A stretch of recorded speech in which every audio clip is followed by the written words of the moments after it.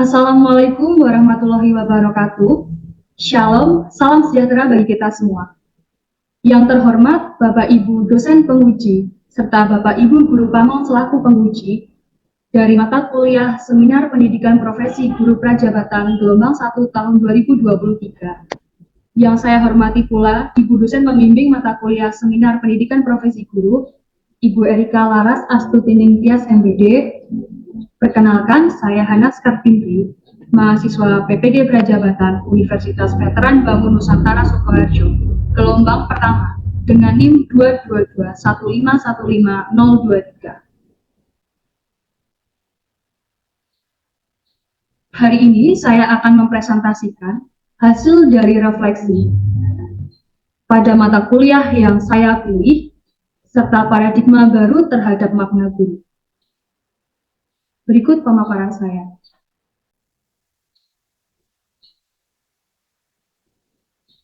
Makna guru menurut saya, sebelum saya mengikuti perkuliahan PPG ini, dahulu guru sebagai sumber utama informasi dan pengetahuan.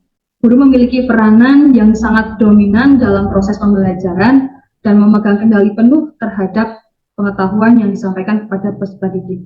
Jadi zaman dahulu menurut saya guru sangat memberikan pengaruh besar atau menjadi peran utama dalam proses pembelajaran.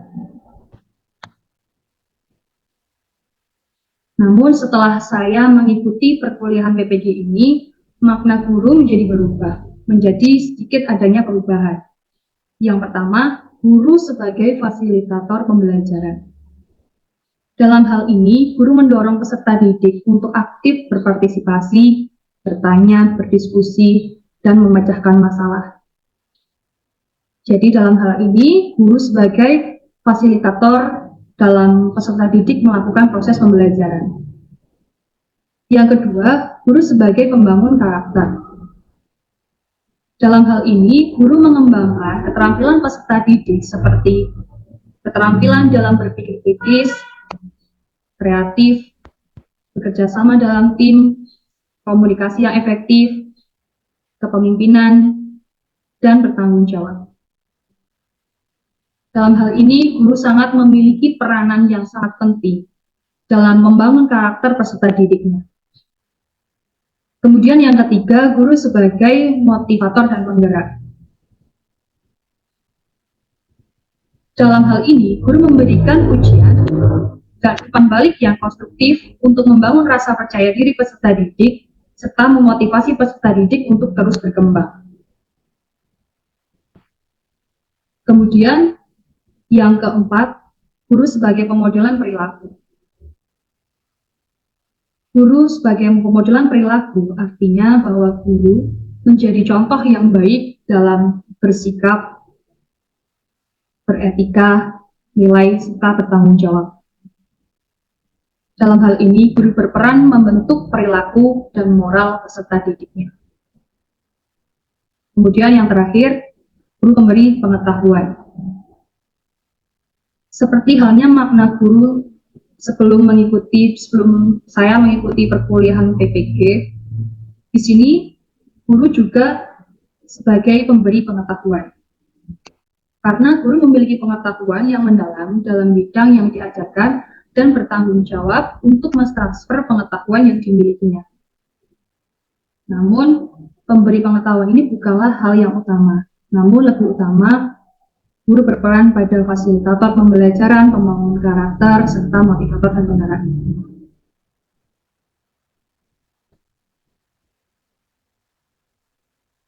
Selanjutnya, mengenai pembelajaran bermakna yang saya dapatkan selama saya mengikuti PPG ini.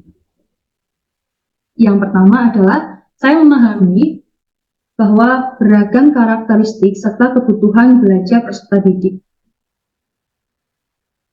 Yang kedua, saya juga belajar dalam menyusun dan melakukan pembelajaran dengan pendekatan TPACK. Salah satunya adalah dengan pemanfaatan dari Google Sites. Kemudian yang ketiga, saya belajar dan berupaya untuk mengembangkan modul ajar dan asesmen pembelajaran yang dapat mengakomodir kebutuhan serta karakteristik peserta didik. Lalu yang keempat, menyusun strategi dan asesmen dalam pembelajaran sesuai dengan paradigma baru. Dan yang terakhir, saya belajar dan berupaya pula untuk merancang dan melaksanakan pembelajaran yang berbasis budaya.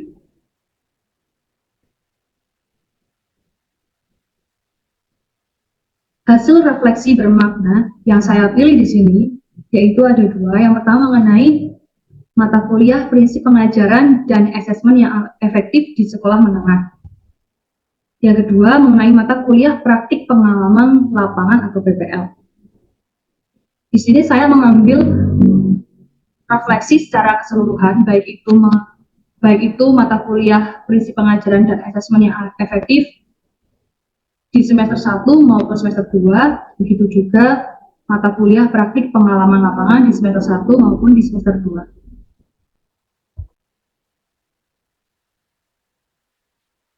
Pada prinsip pengajaran dan asesmen yang efektif, baik itu di semester 1 maupun di semester 2, hal yang bermakna yang paling saya dapatkan di sini, yang pertama adalah mengenai bahwa saya mempelajari dan memahami hal-hal yang perlu diperhatikan sebelum menyusun perangkat pembelajaran yang efektif sesuai dengan kebutuhan dan karakteristik peserta didik. Di sini saya banyak belajar mengenai apa saja hal-hal yang perlu diperhatikan dalam menyusun perangkat pembelajaran tersebut. Seperti misalnya yang pertama saya harus memahami karakteristik peserta didik, kemudian bagaimana saya menyusun asesmen diagnostik yang sesuai dengan peserta didik, dan sebagainya. Kemudian yang kedua, menyusun, melaksanakan, dan mengevaluasi pembelajaran dengan pendekatan culturally responsive teaching atau pendekatan berbasis budaya setempat. Dalam hal ini saya belajar untuk memahami budaya apa saja yang ada dalam lingkungan sekitar atau kehidupan peserta didik, yang kemudian nantinya dari budaya-budaya tersebut itu saya kaitkan dengan pembelajaran matematika.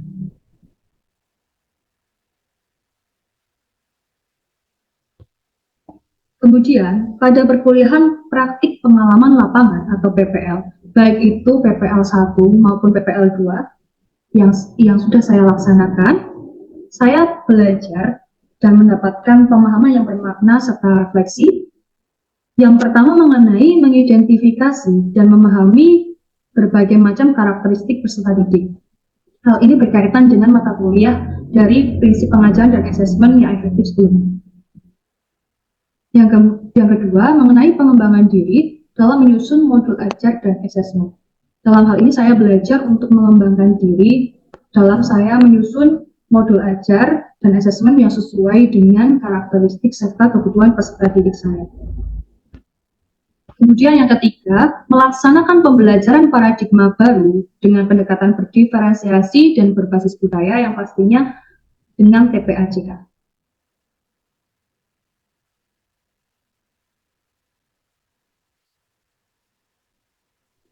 Berikut untuk artefak pembelajaran.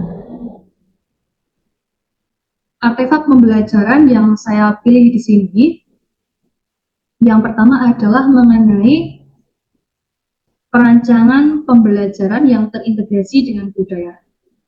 Di sini saya membuat artefak pembelajaran mengenai rumah joglo yang terkait dengan mata pelajaran matematika pada topik bahasan bangun ruang sisi datar, tepatnya pada unsur-unsur bangun ruang sisi datar. Dalam artefak tersebut, peserta didik diberi gambaran mengenai gambar yang ada di situ, yaitu gambar rumah joglo. Seperti rumah joglo tersebut adalah rumah adat dari Jawa Tengah yang umumnya dibangun dengan menggunakan kayu jati. Kemudian ciri khas dari rumah joglo dapat dikenali pada atapnya yang berbentuk tajuk atau semacam atap piramida yang mengerucut. Istilah joglo sendiri berasal dari kata tajuk dan loro yang disingkat joglo, yang memiliki makna penggabungan dua tajuk. Setelah peserta didik dikenalkan mengenai asal-usul dari bentuk atap rumah joglo tersebut, kemudian peserta didik diarahkan untuk mengamati kembali bentuk apa dari atap rumah joglo tersebut. Kemudian peserta didik diberikan pertanyaan pemantik, seperti berbentuk apakah atap dari rumah joglo tersebut, kemudian bagaimana dengan sisi-sisi dari atap rumah joglo tersebut, berbentuk bangun datar apa. Dalam hal ini peserta didik diajak untuk mengaitkan dengan pembelajaran yang sudah didapatkan sebelumnya, yaitu mengenai pembelajaran bangun datar. Setelah peserta didik dapat menjawab atap rumah joglo berbentuk limas, kemudian sisi-sisinya terbentuk dari bangun datar segitiga dan persegi panjang, atau segitiga dan persegi seperti itu. Kemudian peserta didik diberikan pertanyaan kembali mengenai banyaknya rusuk dan banyaknya titik sudut dari atap rumah joglo tersebut jika kita sketsakan ke dalam bentuk bangun ruang limas seperti itu. Harapannya dengan mengaitkan pembelajaran matematika ini dengan budaya seperti rumah joglo tersebut, peserta didik menjadi lebih termotivasi untuk belajar, dan peserta didik lebih memiliki bayangan mengenai atau gambaran mengenai, oh ternyata seperti itu bentuk dari limas itu.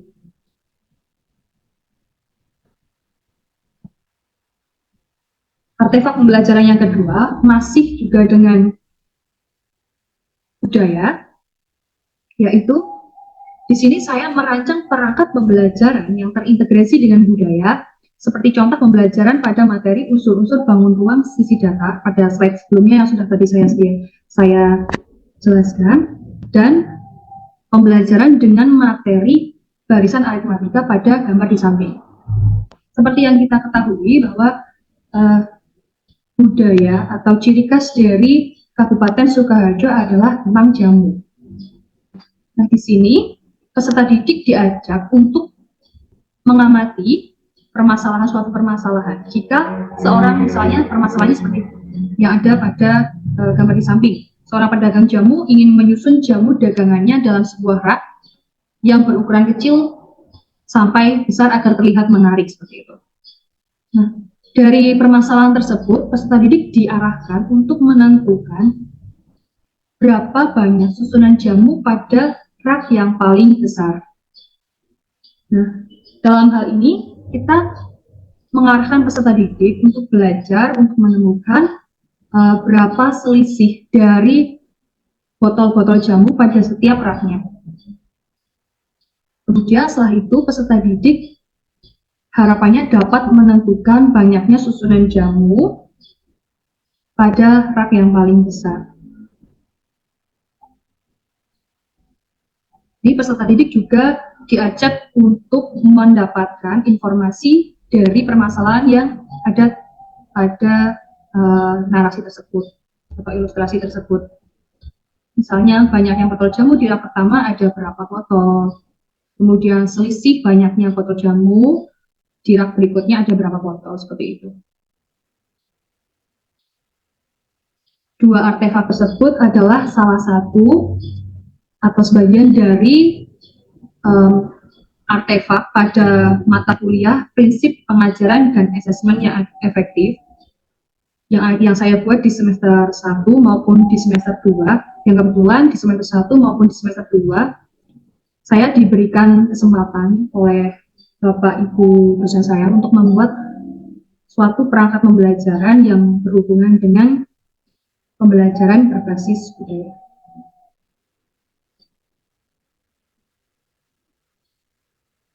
Untuk selanjutnya, artefak pembelajaran yang ketiga, ini yang saya lakukan pada mata kuliah atau pada praktik pengalaman lapangan. Untuk artefak tersebut itu saya lakukan pada PPL 1, itu saya lakukan di SMA Negeri 1 Putat, sedangkan untuk PPL 2-nya saya lakukan di SMP Negeri 2 Sukoharjo. Nah, dalam hal tersebut saya melaksanakan pembelajaran dengan memperhatikan karakteristik dari peserta didik. Pembelajaran dengan memperhatikan karakteristik dari peserta didik itu seperti halnya atau diterapkan dengan membagi peserta didik atau menempatkan peserta didik dalam beberapa kelompok sesuai dengan gaya belajarnya mereka.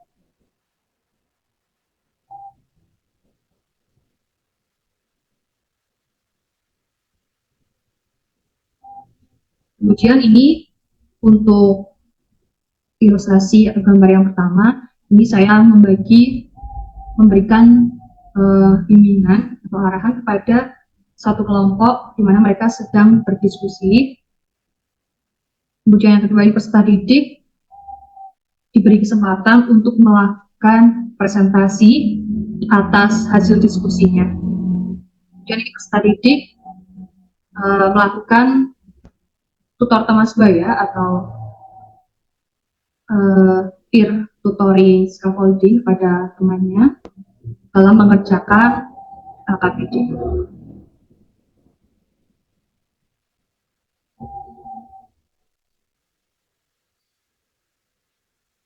Selanjutnya untuk desain inovasi atau desain invensi, dari pengalaman bermakna yang saya pilih yaitu mengenai penggunaan media Google Site yang berisikan panduan atau alur pembelajaran yang mengikuti pendekatan merdeka atau mulai dari diri, eksplorasi konsep, ruang kolaborasi, demonstrasi kontekstual, elaborasi pemahaman, koneksi antar materi, dan aksi nyata.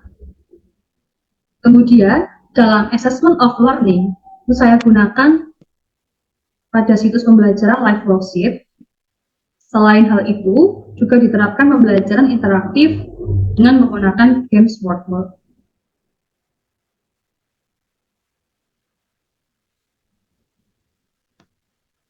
Berikut untuk desain dari Google Site yang pernah saya buat.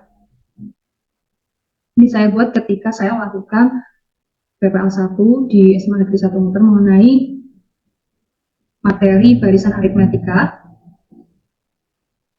Nah, di sini untuk desainnya, ini untuk halaman depan Google Site. Kemudian pada bagian sampingnya ini tertuliskan alur merdekanya, kemudian ada tujuan pembelajaran dan halaman covernya juga. Lalu pada setiap halaman isi ini terdiri dari mulai dari diri, eksplorasi konsep, ruang kolaborasi, demonstrasi kontekstual, elaborasi pemahaman, koneksi antar materi, dan aksi nyata. Ini pada bagian eksplorasi konsep. Nah, pada halaman eksplorasi konsep di situ saya membuat peserta didik atau mengarahkan peserta didik untuk mengeksplorasi konsep mengenai barisan aritmatika sesuai dengan gaya belajarnya mereka masing-masing. Yang pertama, mengenai tentang untuk peserta didik yang memiliki gaya belajar auditori. Ini saya buat video animasi yang saya dapatkan dari YouTube. Kemudian untuk peserta didik dengan gaya belajar visual, saya lampirkan untuk bahan ajar yang sudah saya buat. Sedangkan untuk peserta didik dengan gaya belajar kinestetik, ini saya arahkan untuk belajar melalui kuisis. Kemudian ini untuk halaman pada bagian koneksi antar materi. Pada bagian koneksi antar materi, ini saya arahkan pada aplikasi games show.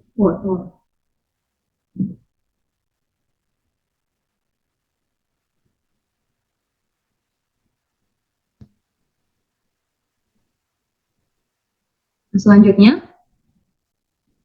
untuk desain selanjutnya mengenai Live Worksheet sebagai bagian dari desain assessment of learning.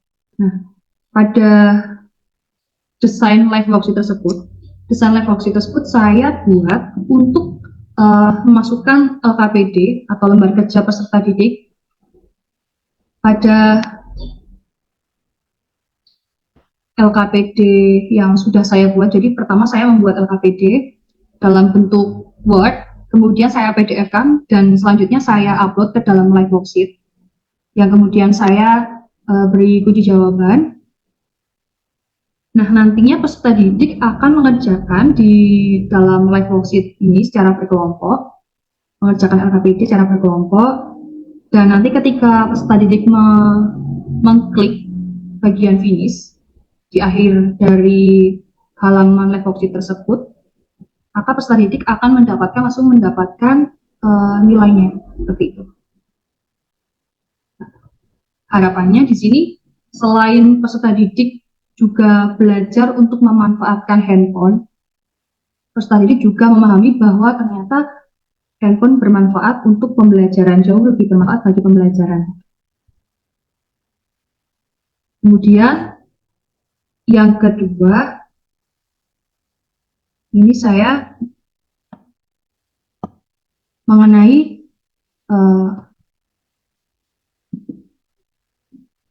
game show quiz atau games dari Wordwall sebagai assessment formatif atau post-test. Pada desain tersebut, saya membuat soal yang saya masukkan ke dalam situs Wordwall. Kemudian saya membuat kunci jawabannya juga. Nah, saya memberikan beberapa pengaturan yang saya perlukan, sehingga nantinya peserta didik dapat melihat, juga dapat menyelesaikan ini, dan ketika peserta didik mengklik submit, peserta didik dapat melihat hasil yang dia dapatkan, yang sudah dia kerjakan. Kemudian peserta didik juga dapat melihat jawaban mana yang benar dan yang salah. Selain itu, keunggulan dari game show quiz ini adalah peserta didik juga bisa melihat leaderboard, atau ada leaderboard di situ. Mereka bisa mengetahui berapa skor mereka dan berapa skor dari teman-teman sekelas mereka. Nah, dalam hal ini harapannya dapat memacu motivasi dan dapat meningkatkan semangat belajar peserta didik dalam belajar matematika. Terkhusus ini saya buat pada TPL 2 saya di SMP Negeri 2 Sukoharjo, di mana anak-anak SMP masih senang dengan bermain games. Nah, di situ saya memanfaatkan HP sebagai media belajar yang sangat bermanfaat, khususnya games yang bermanfaat dalam pembelajaran matematika. Lalu yang ketiga itu mengenai balloon pop games. Balloon pop games desain Wordwall sebagai bagian dari tes diagnostik. Nah, ini hampir sama dengan game show quiz, hanya saja bedanya untuk game show quiznya itu peserta didik langsung memilih jawaban yang benar dengan mengklik salah satu. Sedangkan untuk balloon pop games ini cara bermainnya adalah peserta didik bisa menempatkan balon-balon yang sesuai dengan kereta yang melewatinya. Nah, ketika saya menerapkan game show quiz maupun balon pop games ini pada peserta didik, saya melihat peserta didik teramat sangat interest atau tertarik dalam belajar. Mereka semangatnya lebih, dan ketika saya menanyakan kepada mereka bagaimana dengan gamesnya, mereka langsung seru bu, lagi kita main games lagi. Seperti itu. Berarti kan dari desain yang saya buat ini, peserta didik bisa termotivasi atau semakin semangat dalam belajar matematika.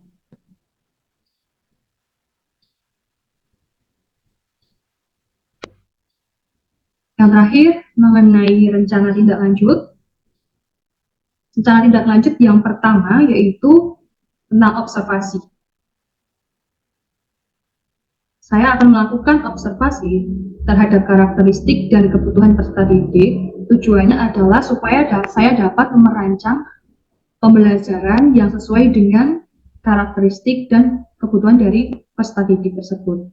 Karena saya yakin bahwa berbagai macam karakteristik dan kebutuhan yang dimiliki oleh peserta didik, otomatis pembelajaran yang akan dipilih nantinya juga akan bermacam-macam. Yang kedua, tentang kreatif. Dalam hal ini, saya akan mengembangkan ide-ide kreatif untuk membuat pembelajaran yang interaktif dan beragam. Pembelajaran yang kreatif, interaktif, serta beragam, tujuannya adalah untuk meningkatkan motivasi dan semangat belajar dari peserta didik, sehingga peserta didik lebih bersemangat dan lebih tertarik dalam belajar matematika. Sehingga hasilnya nanti harapannya peserta didik mendapatkan hasil yang jauh lebih baik dari pembelajaran yang hanya sekedar memperhatikan ceramah dari guru.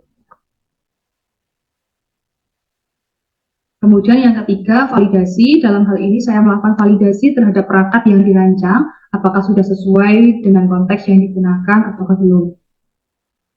Untuk melakukan validasi ini, saya bisa melakukan validasi terhadap guru kamu ataupun guru yang saya anggap lebih memiliki berpengalaman, ataupun saya bisa melakukan validasi terhadap perangkat yang saya buat, yang saya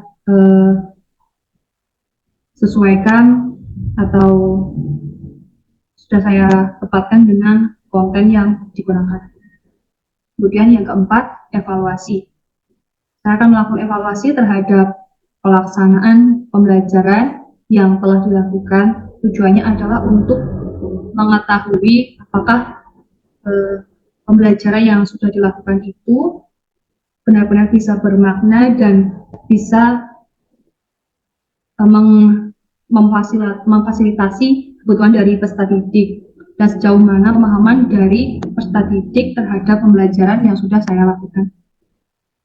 Dan yang terakhir, saya akan melakukan refleksi dan rencana perbaikan terhadap proses pembelajaran.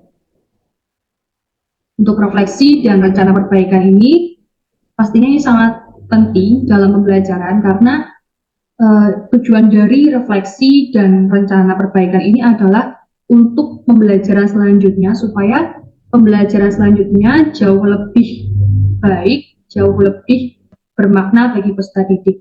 Dan jika ada pembelajaran atau hal-hal yang perlu diperbaiki dalam pembelajaran, maka dapat segera diperbaiki, dan pastinya peserta didik harapannya jauh lebih menerima pembelajaran apa yang diperoleh pada hari itu.